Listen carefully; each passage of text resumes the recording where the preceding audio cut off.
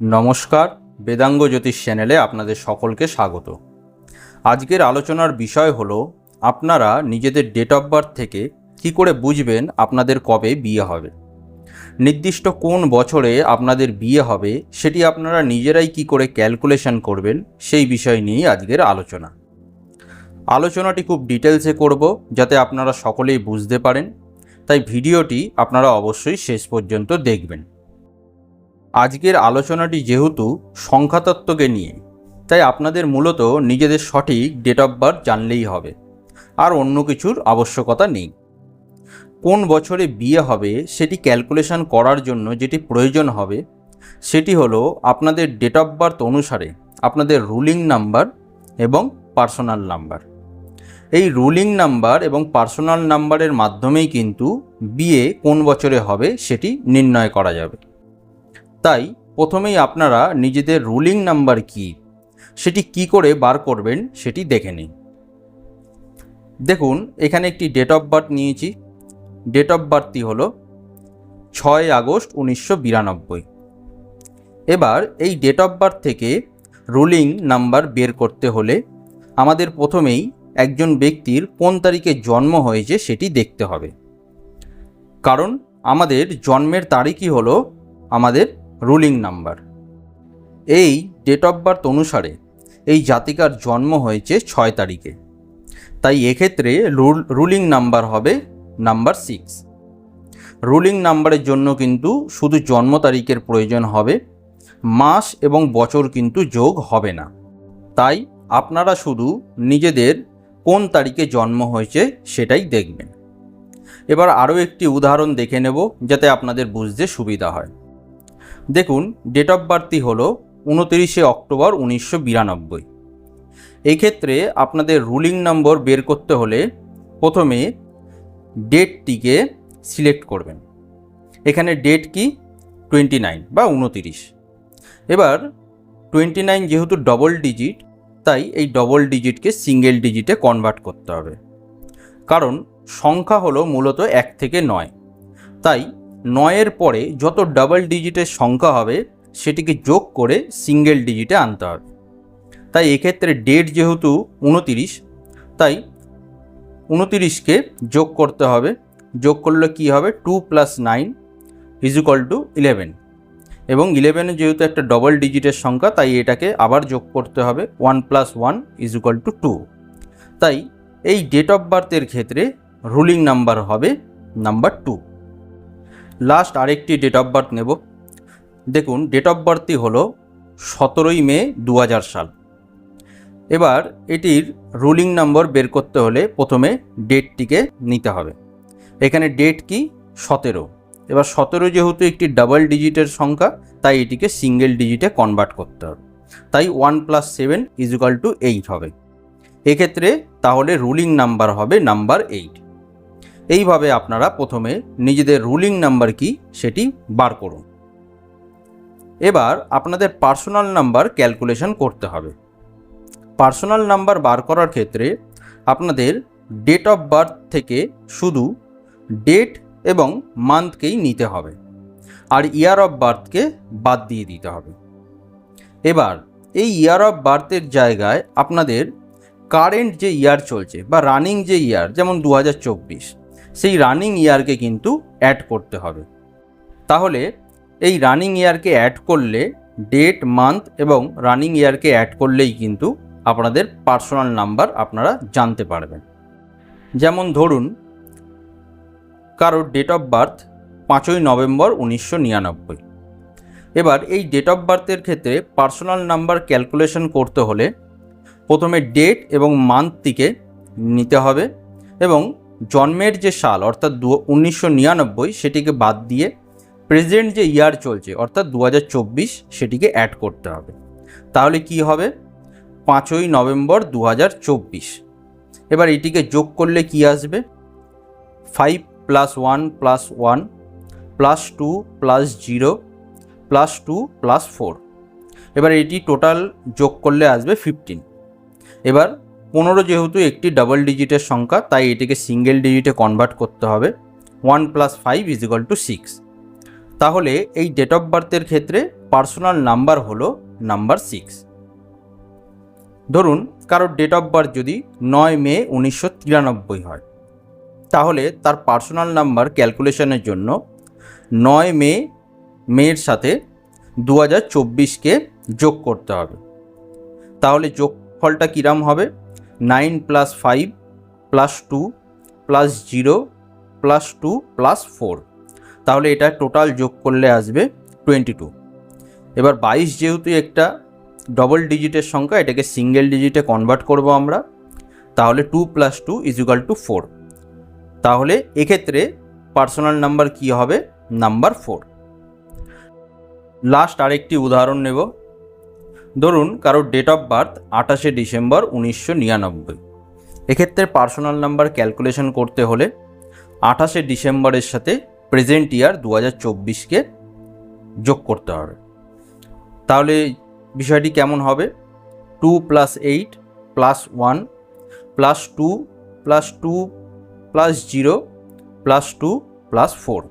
এবার এটা টোটালকে যোগ করলে আসবে 21। এবার 21 যেহেতু একটি ডাবল ডিজিট, তাই এটিকে কনভার্ট করতে হবে সিঙ্গেল ডিজিটে। তাহলে 2 + 1 = 3। তাহলে যার ডেট অফ বার্থ 28শে ডিসেম্বর, তাদের বর্তমানে যে পার্সোনাল নাম্বার হবে সেটি হলো নাম্বার 3। আশা করি এবার আপনারা নিজেদের ডেট অফ বার্থ থেকে রুলিং নাম্বার এবং পার্সোনাল নাম্বার কী করে ক্যালকুলেশন করে বার করতে হবে সেটি করতে পারবেন। এবার এই রুলিং নাম্বার এবং পার্সোনাল নাম্বারের উপর নির্ভর করে আপনারা কিভাবে নিজেদের বিয়ের বছর ক্যালকুলেশন করবেন সেটি বলবো। তবে সেটি জানার আগে বলে রাখি, এই মেথডটি কিন্তু নিয়ার অ্যাবাউট 80 to 85% আপনাদের ক্ষেত্রে মিলবে। কারণ দেখুন, কোনো সাবজেক্টই 100% অ্যাকিউরেসির সাথে প্রত্যেকবার কাজ করবে না। এছাড়া সংখ্যাতত্ত্বই তো সব নয়, এক্ষেত্রে আপনাদের রাশিচক্রও দেখতে হবে। রাশিচক্রে সপ্তমপতি, সপ্তম ভাব কেমন অবস্থায় আছে, রাশিচক্রে অনুরাযোগ আছে কি না, আপনাদের উপপদ লগ্ন এবং সেই সাপেক্ষে গ্রহের অবস্থান কেমন সেগুলি দেখতে হবে। এছাড়া আপনাদের রাশিচক্রে বিয়ের যোগ আছে কি না, বিয়ে হলে কবে হবে, অল্প বয়সে না বেশি বয়সে, এই সকল কিছুই কিন্তু দেখা খুব গুরুত্বপূর্ণ। তাহলে এবার আপনারা নিজেদের রুলিং নাম্বার এবং পার্সোনাল নাম্বার দিয়ে কবে আপনাদের বিয়ে হবে, কিভাবে সেটি ক্যালকুলেশন করবেন সেটি দেখুন। দেখুন আপনাদের স্ক্রিনে এখন একটি নাম্বারের চার্ট দেখতে পাচ্ছেন, যার একদিকে আছে রুলিং নাম্বার এবং অন্যদিকে আছে পার্সোনাল নাম্বার। এই বিষয়টিকে একটু ভালো করে বোঝার চেষ্টা করবেন।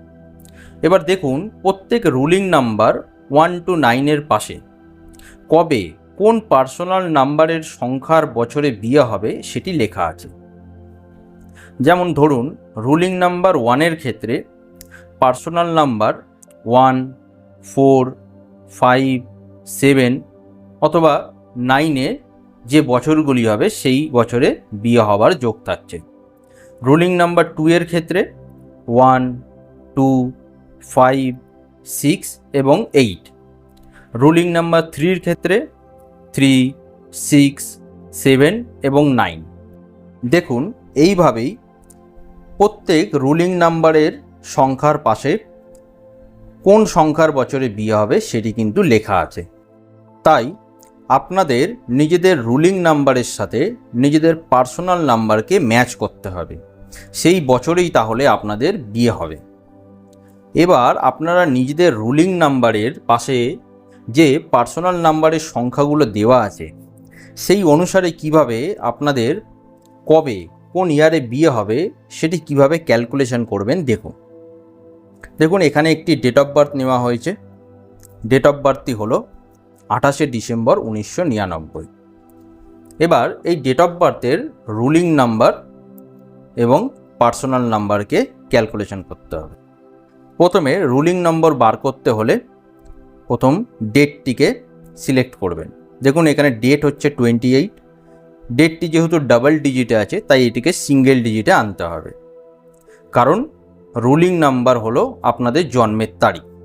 তাই 28কে যোগ করতে হবে। তাহলে যোগ করলে কি হবে? 2 + 8 = 10 এবং 10কে যোগ করলে আসবে 1 + 0 = 1। তাহলে এক্ষেত্রে রুলিং নাম্বার হবে নাম্বার 1। এবার আমাদের পার্সোনাল নাম্বার বের করতে হবে। তার জন্য ডেট এবং মান্থের সাথে প্রেজেন্ট যে ইয়ার আছে সেটিকে যোগ করতে হবে। কারণ এর আগেই আমরা শিখেছি যে পার্সোনাল নাম্বার বার করতে হলে আপনাদের নিজের ডেট এবং মান্থের সাথে জন্মের যে বছর, যে সালটি, সেটিকে বাদ দিয়ে বর্তমানে যে বছরটি চলছে সেটিকে কিন্তু অ্যাড করতে হবে, এবং সেটিকে অ্যাড করে যে যোগফল আসবে সেটি হবে আপনাদের পার্সোনাল নাম্বার। তাহলে এক্ষেত্রে দেখুন, ডেট 28, মান্থ 12 এবং প্রেজেন্ট ইয়ার 2024। এটাকে টোটাল যদি যোগ করা হয় তাহলে যোগফল হবে 21। এবার 21 যেহেতু ডাবল ডিজিট, সেটাকে সিঙ্গেলে কনভার্ট করতে হবে। তাহলে কি করতে হবে? 2 + 1 = 3। তাহলে দেখুন, এই ডেট অফ বার্থের ক্ষেত্রে রুলিং নাম্বার হলো 1 এবং পার্সোনাল নাম্বার হলো 3। এবার এই চার্টটিতে দেখুন, রুলিং নাম্বার 1-এর জন্য পার্সোনাল নাম্বার কি আছে যে সংখ্যার বছরে তাদের বিয়ে হবে। সেটি হলো 1, 4, 5, 7 এবং 9। তাহলে এখানে দেখুন, যার জন্ম 28শে ডিসেম্বর, তার ক্ষেত্রে কিন্তু যেহেতু পার্সোনাল নাম্বার 3 এসছে এবং যার রুলিং নাম্বার 1, তার কিন্তু 2024-এ বিয়ে হওয়ার যোগ নেই। তাহলে তার ক্ষেত্রে বিয়ে কবে হবে? 2025 অথবা 2026-এ। কারণ 28শে ডিসেম্বরের সাথে 2025 যোগ করলে যোগফল কত হবে? 22, এবং 22কে সিঙ্গেল ডিজিটে কনভার্ট করলে আসবে 4। তাহলে পার্সোনাল নাম্বার হবে 4। এবং 28শে ডিসেম্বরের সাথে 2026 যোগ করলে যোগফল কত আসবে? 23। 23কে সিঙ্গেল ডিজিটে কনভার্ট করলে আসবে 5। তাহলে পার্সোনাল নাম্বার হবে 5। তাহলে দেখুন, রুলিং নাম্বার 1-এর ক্ষেত্রে 4 এবং 5 পার্সোনাল নাম্বার হলে সেই বছরে কিন্তু বিয়ে হওয়ার যোগ থাকছে। তাই 28শে ডিসেম্বর যদি কারো জন্ম হয়ে থাকে এবং সেই যদি প্রাপ্তবয়স্ক হয় এবং বর্তমানে তার যদি বিয়ের ইচ্ছা থাকে বা বিয়ের জন্য যোগাযোগ করা হয়, তাহলে 2025 অথবা 2026-এ তার বিয়ে হওয়ার যোগ থাকছে। এবার আমার কয়েকজন ক্লায়েন্টের বিয়ে কবে কোন বছরে হয়েছে সেটি ডেট অফ বার্থ দিয়ে ক্যালকুলেশন করে দেখাচ্ছি, তাতে আপনাদের বুঝতে সুবিধা হবে। দেখুন, এই জাতিকার ডেট অফ বার্থ হলো 6 আগস্ট 1992 এবং এর বিয়ে হয়েছে 2014 সালে। তাহলে এই জাতিকার রুলিং নাম্বারের সাথে বিয়ে যে বছরে হয়েছে সেই বছরের পার্সোনাল নাম্বার মিলছে কিনা দেখে নেব আমরা।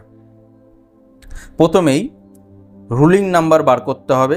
দেখুন, ডেট হলো 6, তাই এটি যেহেতু সিঙ্গেল ডিজিটে আছে, তাই নাম্বার 6 হলো রুলিং নাম্বার। এবার পার্সোনাল নাম্বার ক্যালকুলেশনের জন্য ডেট এবং মান্থের সাথে বার্থ ইয়ার যেটা আছে সেটাকে বাদ দেব এবং যে বছরে বিয়ে হয়েছে 2014 সাল সেটিকে কিন্তু অ্যাড করব এবং তারপরে সেটিকে যোগ করব। তাহলে দেখুন, এখানে 6 আগস্টের সাথে 2014 যোগ করলে যে যোগফল হবে সেটি হলো 21।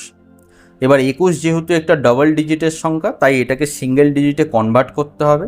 তাহলে কি করতে হবে? 2 + 1 = 3 হবে।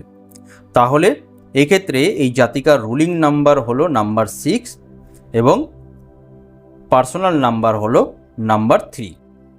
এবার দেখুন, রুলিং নাম্বারের কোন সংখ্যার বছরে বিয়ে হবে। সেই সংখ্যাগুলি হলো 1, 2, 3, 5, 6 এবং 8। আর দেখুন, জাতিকার যে বছর বিয়ে হয়েছে তার পার্সোনাল নাম্বার ছিল নাম্বার 3। তাহলে এক্ষেত্রে কিন্তু এই সংখ্যাটির সাথে তার রুলিং নাম্বারের সাথে পার্সোনাল নাম্বার কিন্তু মিলেছে। নেক্সট এক্সাম্পল, এই দুটি ডেট অফ বার্থ হলো হাজব্যান্ড অ্যান্ড ওয়াইফের। হাজব্যান্ডের ডেট অফ বার্থ হলো 28শে এপ্রিল 1992 এবং ওয়াইফের ডেট অফ বার্থ হলো 1 আগস্ট 1993 এবং এদের বিয়ে হয়েছে 2020 সালে। তাই প্রথমে হাজব্যান্ডের রুলিং নাম্বার এবং পার্সোনাল নাম্বার আমরা ক্যালকুলেশন করে নেব। রুলিং নাম্বারের জন্য কি করতে হবে? আমাদের ডেটকে নিতে হবে। এখানে ডেট কত? 28। যেহেতু এটি ডাবল ডিজিট তাই এটাকে সিঙ্গেলে কনভার্ট করব আমরা। 2 + 8 = 10 এবং 10কে যোগ করলে হবে 1 + 0 = 1। তাহলে রুলিং নাম্বার হলো নাম্বার 1। এবার পার্সোনাল নাম্বারের জন্য 28শে এপ্রিলের সাথে যে বছর বিয়ে হয়েছে অর্থাৎ 2020 সাল তাকে যোগ করতে হবে। তাহলে এক্ষেত্রে যোগ করলে কি আসবে? 2 + 8 + 4 + 2 + 0 + 2 + 0। তাহলে টোটাল যোগফল হচ্ছে 18। এবার 18কে আবার আমরা ডাবল থেকে সিঙ্গেল ডিজিটে নিয়ে যাব। তাহলে কত হবে? 1 + 8 = 9। তাহলে দেখুন এই জাতকের রুলিং নাম্বার হলো নাম্বার 1 এবং পার্সোনাল নাম্বার হলো নাম্বার 9। এবং এবার রুলিং নাম্বার 1-এর জন্য বিয়ের যে সংখ্যাগুলি হলো সেগুলো হলো 1, 4, 5, 7 এবং 9। দেখুন এক্ষেত্রে জাতকের যে বছর বিয়ে হয়েছে তার পার্সোনাল নাম্বার এসেছে নাম্বার 9। এবার ওয়াইফের ডেট অফ বার্থকে ক্যালকুলেশন করব। ওয়াইফের ডেট যেহেতু 1 মানে 1 তারিখে জন্ম তাই রুলিং নাম্বার নাম্বার 1।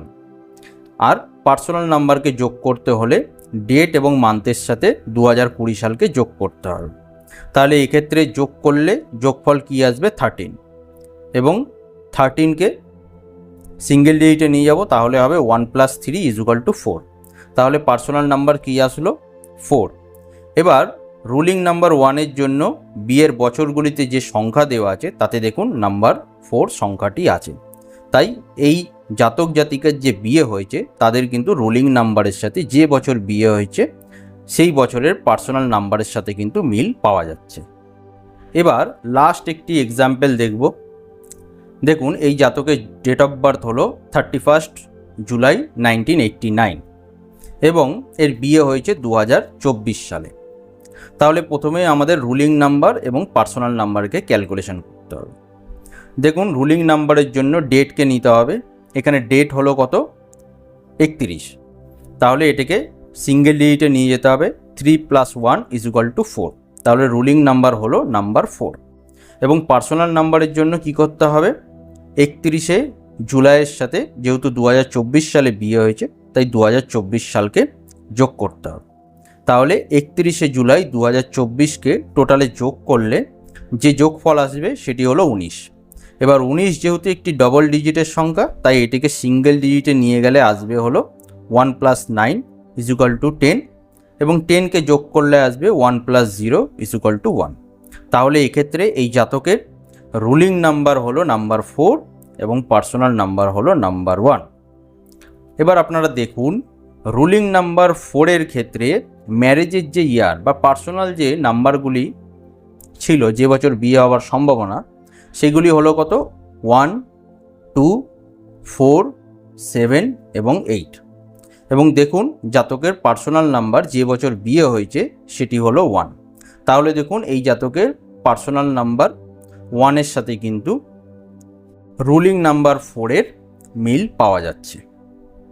তাহলে এভাবেই আপনারা নিজেদের ডেট অফ বার্থ থেকে রুলিং নাম্বার এবং পার্সোনাল নাম্বার ক্যালকুলেশন করে বার করুন এবং আগে নাম্বারের যে একটি টেবিল বা চার্ট দিয়েছি তার থেকে আপনারা নিজেদের রুলিং নাম্বারের সাথে আপনাদের পার্সোনাল নাম্বার কোন বছরে মিলছে সেটি দেখুন। আপনাদের যাদের বিয়ে হয়ে গেছে এবং আপনাদের যাদের বিয়ে অলরেডি ঠিক হয়েছে আপনারা ভিডিও দেখে ক্যালকুলেশন করুন যে আপনাদের রুলিং নাম্বারের সাথে পার্সোনাল নাম্বার মিলছে কিনা এবং আপনারা সেটি অবশ্যই কমেন্ট করে জানান। ভিডিওটি যদি ভালো লাগে তাহলে অবশ্যই লাইক করবেন এবং নিজেদের পরিচিত মানুষদের মধ্যে ভিডিওটি শেয়ার করবেন। আর আপনারা যারা চ্যানেলের নতুন দর্শক আপনারা অবশ্যই চ্যানেলটিকে সাবস্ক্রাইব করে পাশে থাকা বেল আইকনটি প্রেস করে দেবেন। দেখা হবে অন্য একটি নতুন ভিডিওতে। সকলে ভালো থাকবেন। নমস্কার।